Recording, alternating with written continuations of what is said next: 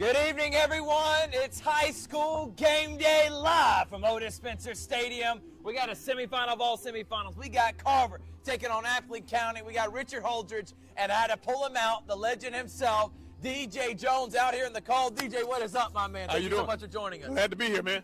All right, Richard, I know you're excited about this. You've been looking forward to it all week, aren't you? Yes, I absolutely have. Carver back in the semifinals, hosting a game here at Odis Spencer Stadium. And we got high school football in December once again, taking on the Pirates from Appling County, as this is just going to be a great game. Carver ended up defeating Pierce County last week 44-7, and Carver one win away from the state playoffs. Yeah, and they dominated the championship. They dominated Pierce County. We're going to talk about that with DJ, get some of his insight, what he thinks is going to happen. He's been played for the Carver Tigers, been keeping up with Carver for many years, and this team is something special, maybe to win a championship. And we're also got a special guest picker. He is a good friend of mine, and he is big time on WTVM. His name is Jeremy Hayes, but he's cheering for the opposing team because he's an alumni of Appling County. So we're going to have him on to pick it. But DJ, when you see Carver, this is now consecutive. We were there on that playoff run 3 years ago when they made it to state. It seems like year in, year out, no matter who the coach is, Carver's always in there in the mix to win a state. Absolutely. What they've established on the hill, as we affectionately call it, it's just been sensational. You know, from Dale McGee on to this point, Coach Coffey has basically continued with that success. And you know what? This is a fast team on both sides of the ball. And again, you know, they play relentless. Yeah, and DJ, when looking at this team, remember they won in 07 with Dale McGee, who's now at Georgia State, and all the other teams that have made deep playoff runs. What stands out the most? Is it the team speed, the defense that's been lights out? What stands out with this team for you? I think it has to be, you know, these guys are committed to winning. They're committed to being the best that they can be. And I think that the coaches do a great job of helping those guys understand that it's more to it than just wearing the jersey. It's more to it than just walking around in the community being a part of the Carver Tigers football team. They take pride in winning. When talking about the Carver Tigers, Richard, you've called several games. You did the North Side game. You've done several others, including Hardaway and Shaw. I was there for their only loss, which was against Harris County. They lost that 15-6. I'm being honest with you. If they play again right now, I'd probably lean towards Carver. They're a completely different team. What is standing out for you for Carver since that loss, or in early and late August, to the team that is right now 12-1? Well, it's their defense. Their defense has been playing lights out, and it starts on that defensive line with Tristan Givens. But also, you also have A.J. Wilson, who's been a terror at linebacker. You have Ontarius Watts, Jabo Wisdom, great defensive players. Justin Newman, the defensive coordinator, they're nicknamed the Dark Side, and they actually made a statement against the defending 2A champions last week, beating Pierce County 44-7, which, by the way, Pierce County took the 7-0 lead in that game, but Carver sticked to the script, and they were able to get necessary stops. All right, we're going to take a quick break. When we come back, we actually got a special appearance. We're going to talk to the head coach of the Carver Tigers real quickly, Pierre Coffey, here on Georgia Alabama Sports Live High School Game Day.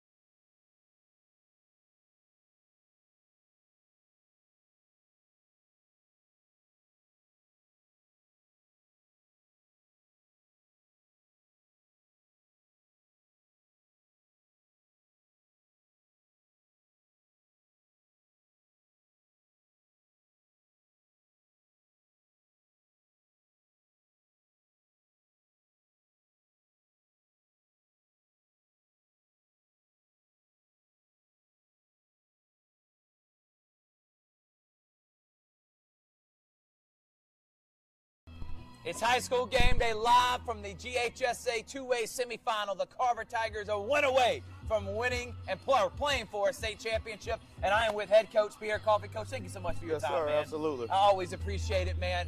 All right, Coach, this team, we were just talking about it before you came out here. From that Harris County game to now, it has just been a complete transformation. Right. What has been because of that transformation? Well, first of all, I thank God for this opportunity. This is an amazing experience. It's an amazing experience for our kids. I think the turnaround is, you know, the seniors, they really rallied behind each other, you know, and they pushed the younger guys, and they made the younger guys step up and you know, start to perform at a higher level each and every week. And so Just the accountability piece from the team and holding each other accountable. I think that was the main piece. Coach, if you would you explain to the folks that are watching out there that don't know the culture and what the Carver football program is all about? Right. Well, at Carver High School, there's a very rich lineage and heritage when it comes to playing football at a high level. You've had guys like yourself and other guys come out and go play at the highest level. And so, these young men, they look up to that, and, that's a great testament to just what's been built at Carver High School well before I was even there. And, the other coaches, just a great testament of that. Coach, talk about the progression of your quarterback, Matthew Mungden, and his just improvement being a pocket passer and being able to find his receivers like Braylon Jakes, like Tristan Givens. But, when Pierce County tried to stop the run, well, Matthew Mungden made them pay and threw for 5 touchdown passes. His growth has been phenomenal. He's passed for over 700 yards in the last 2 games. I think last game he had 356 yards, 5 touchdowns. He was like 19 for 25. And then the week before that, I think it was 331 yards. And so just his growth and his maturity has been phenomenal. It's been great for us.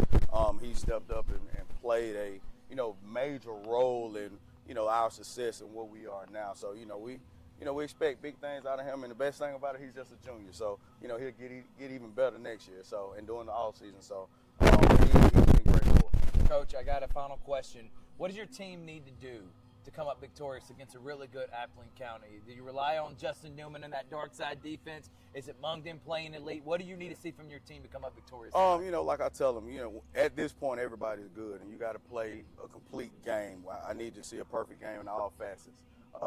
Great on offense, great on defense, great on special teams, and of course control the penalty battle. And so we can do that. I think we'll be okay. But we gotta win in all facets of the game tonight. Well, Coach, thank you so much Yes, for joining sir, absolutely. us. Go Tigers! Yes, sir. Go Tigers. All right, we're going to take a quick break. We'll be right back after this. Yes, sir.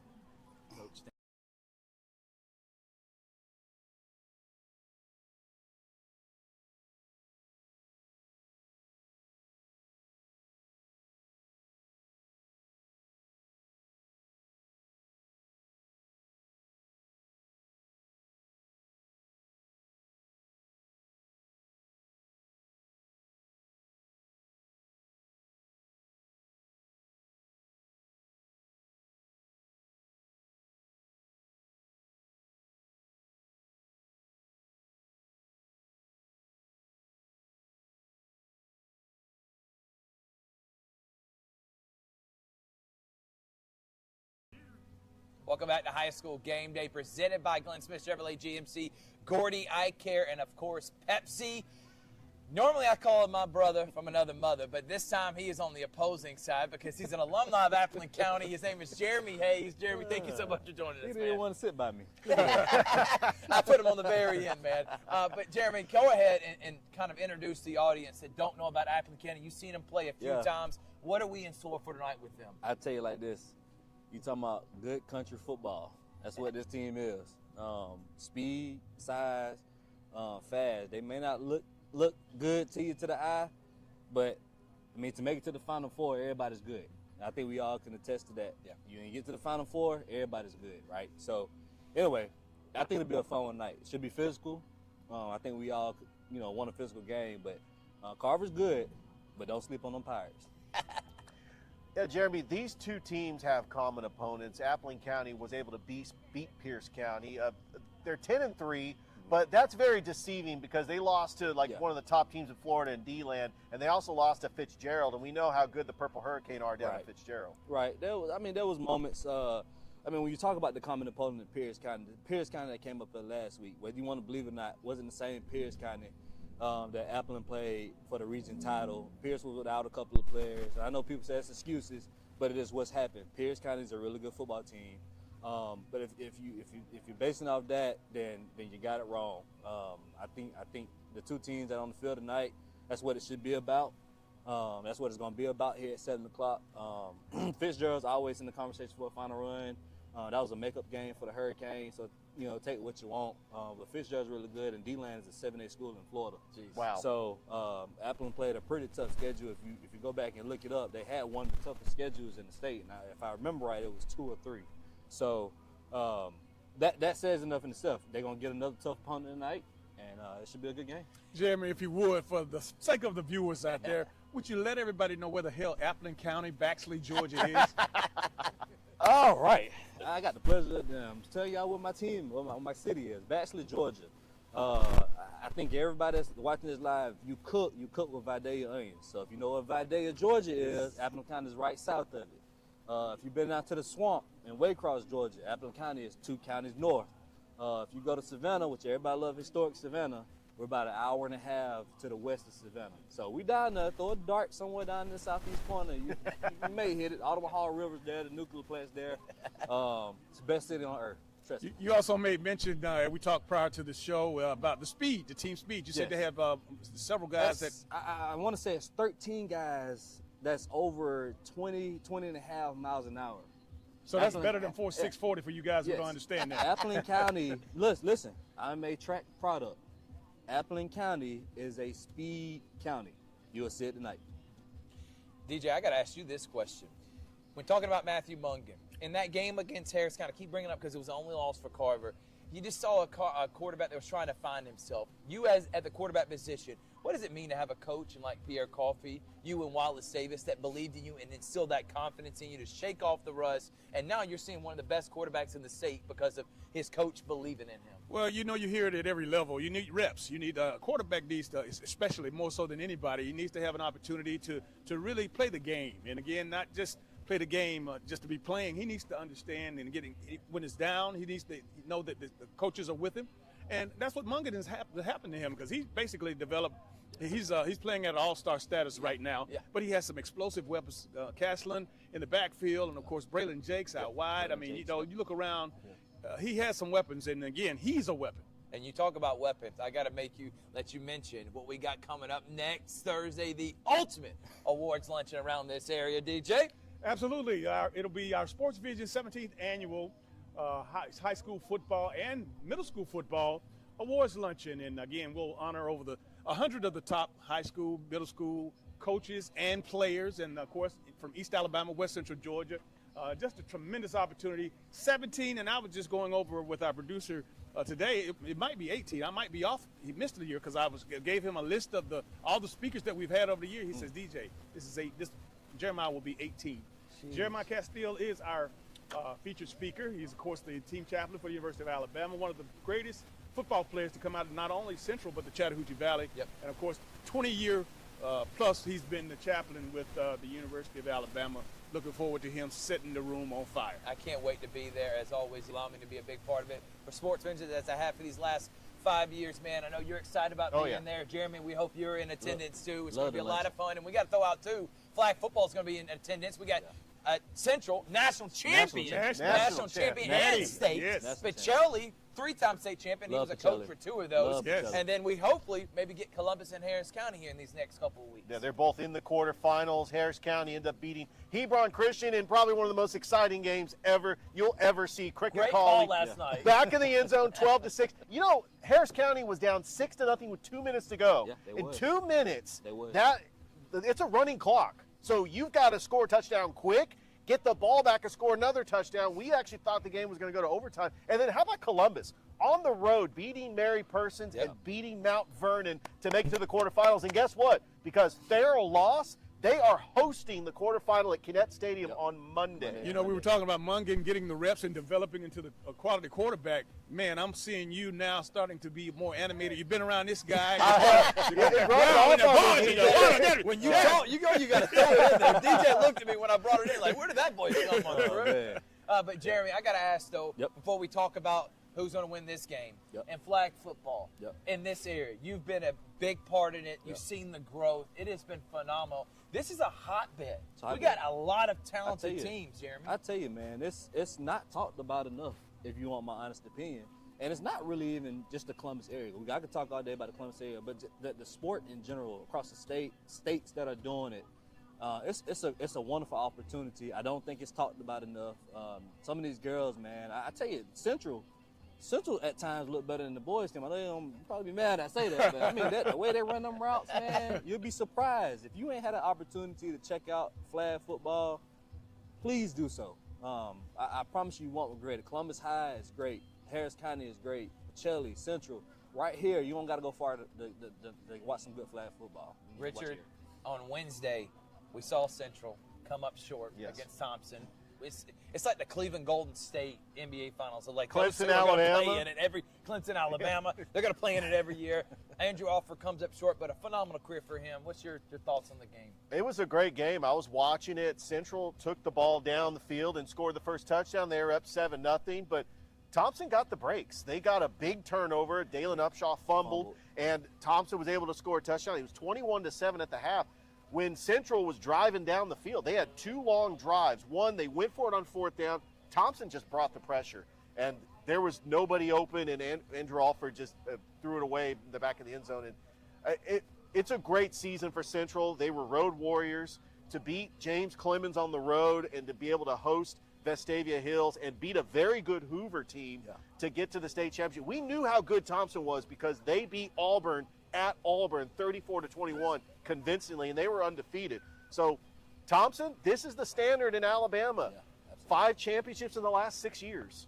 I tell you what, the excitement though, and all eyes are on this game right here tonight. Right. Because again, one win, and this Carver Tigers will be headed to the Mercedes-Benz Stadium. Again, that's we know what's going to happen tomorrow. It's going to be all hell's going to break loose to Georgia and Texas, but the Carver Tigers are just waiting to get there as well. All right, I'm glad you brought that up because now we got all you here. This guy he's always going to post his opinion. He's a big-time dog supporter. We cover Georgia, Alabama, and Auburn on Sports Visions. I'll start with you, DJ. We'll go Georgia and Texas. Where are you going? Your dog's bringing it home. Well, you know what? I think that there's a lot of money, a lot of oil money coming. It's going to take more than money and oil to get that victory. But I think, you can't count Kirby Smart out. The Dogs, I think the Dogs are going to win, pull it out for the second time. Yeah, I'm going Dogs. What about you? Texas had one of the easiest schedules in the SEC. Didn't have to play Alabama, LSU, Ole Miss, Tennessee.